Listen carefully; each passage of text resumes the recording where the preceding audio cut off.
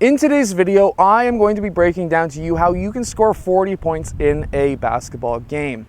This is not an easy task, and believe me, it's really extremely hard to be able to do this, especially in a high school game where you really only have 8-minute quarters. So to score 40 points, we have to be realistic, especially at the high school level.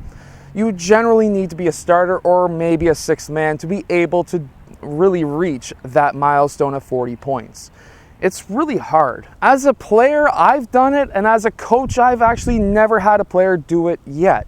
This is a really hard feat to be able to do. I've seen it many times from players that I've coached against and played against, and believe me, it's really hard. So what is the first thing that we have to do as players if we want to go into a game and say, today I'm scoring 40 points? Number one is you have to really look at yourself in the mirror and say, I'm going to do it.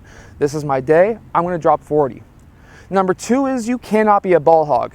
You can't be coming down the court every single time and saying, I'm going to be the one who is going to be taking every single shot, because that's not realistic either. Because if you're coming down and you're going 1-on-1 or 1-on-2 and eventually probably 1-on-3 and you're not passing, you're going to be benched. It doesn't matter how many points you score, because your coach is going to be very, very mad at you for not passing. So passing is key to be able to score 40 points. It's just how it is. So first off, if you're a low post player and you go and score 40 points from basically underneath the basket, I'm going to tell you right now, the only way you can do that in a high school game is if you get to the free throw line.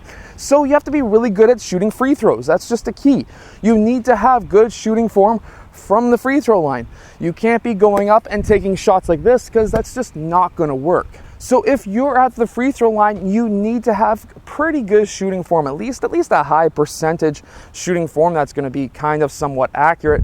But when you're at the free throw line, you need to have a routine. You can't just be standing there just saying, oh, thanks for the ball. Okay, I'm going to dribble it. I'm going to look at the rim, dribble it again. Okay, I'm going to chuck it. You can't do that, because what's going to happen is if you're at the free throw line, you're going to probably have at least some fans yelling at you. If you've got a home crowd, they're going to be super quiet and you're probably going to hear a lot of, which is distracting. And if you're on the opposing team or opposing team to the home team, so if you're the away team, you're going to have a lot of fans screaming, yelling, kids probably doing some kind of a banging thing on the bleachers, whatever it may be. It's going to be distracting as all hell. So for me, for example, I'd get that ball from the referee, I'd look at the rim. This is probably windy as all hell in the mic, but one dribble, spin, get down, and then I would go up and miss because it's so windy. So as a low post player, if you're just going to be going up for layups the entire game, it's going to take you 20 shots, which means that you need to have 5 makes every single quarter. That gets difficult. Now, if you start incorporating free throws, I'm going to give you an example. There's a player on my team called John Luca. We're actually going to be doing videos on this channel very soon, who takes 10 to 15 free throws a game, and he's a wing because he's muscular and he likes just attacking bigger players. Guess what? He may make 1 or 2 threes a game. He averages 25 roughly a game the last couple of games, but he'll take 1, 2, 3 threes and he'll probably hit 1 or 2 of them.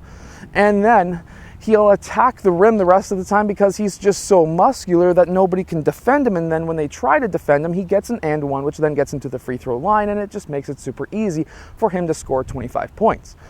If you're shooting 10 or 15 free throws a game from the free throw line, and if you can hit, let's say 60, 70, or even 80% of those, that's 6 to 8 points a game, or if not more, that are super easy to get from the free throw line.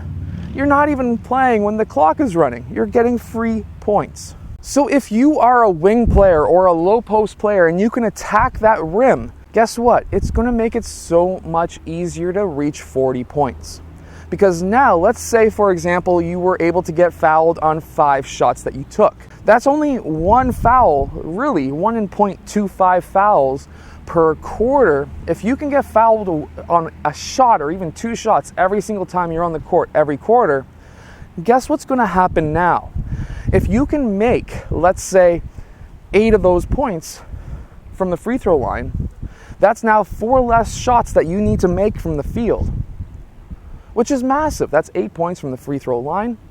That's 4 less shots, which now makes it instead of needing to make 5 shots from layups every single quarter, now you only need to make 4. So that makes it a little bit more attainable to reach 40 points. And now this is why you don't need to be a ball hog.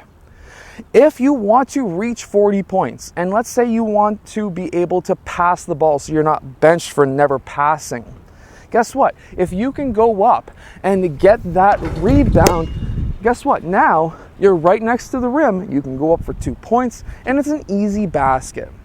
You don't necessarily need to always take your man one-on-one. You can get easy baskets around the rim if you can get, let's say, 4 offensive rebounds and 4 layups off of those offensive rebounds. And what I mean by that is you don't just go up, get that rebound and kick it out quick, or dribble it out to the 3-point line and say, okay, let's reset the offense. No, if you get that offensive rebound, you go straight back up for it. You go back up and get that layup. You're underneath the rim. Take the easy shot. So now let's say we have 8 points from the free throw line, and we've got now 4 shots that were from super close because they were off of rebounds. Now that's going to be another 12 points. That's 20 points right there. Now when it comes down to how many shots you need to take, you don't need to have that many shots now, because now you only need to get 20 points, which is kind of easy if you're a starter and if you are aggressive trying to get to the rim. And to score 20 points is an average of about 2 shots per quarter, really, if you think about it, because now you're looking at 3-point shots, some layups. If you can incorporate both the 3-point shot and some layups, maybe some mid-range, maybe get an and 1 or 2 that's on top of the 8 that we've already made, guess what? That's only 2.5 shots per quarter that you need, and that half shot is a 3-point shot, really, added on top of a regular layup. So, is 40 points attainable? Yes. Is it attainable for most? No. You have to be aggressive. You have to be able to break this down. You need to get rebounds. You need to pass. You need to hit free throw shots. You need to be a complete player. But if you're getting the time on the court and you can be and stay aggressive through the entire game, it should be pretty attainable if you break it down this way. So that's how you can score 40 points in your next basketball game. I hope that you've enjoyed. Make sure to go check out the complete guide to the 5-out offense if you're a coach, and the hardest shooting workout if you're a player down in the description below.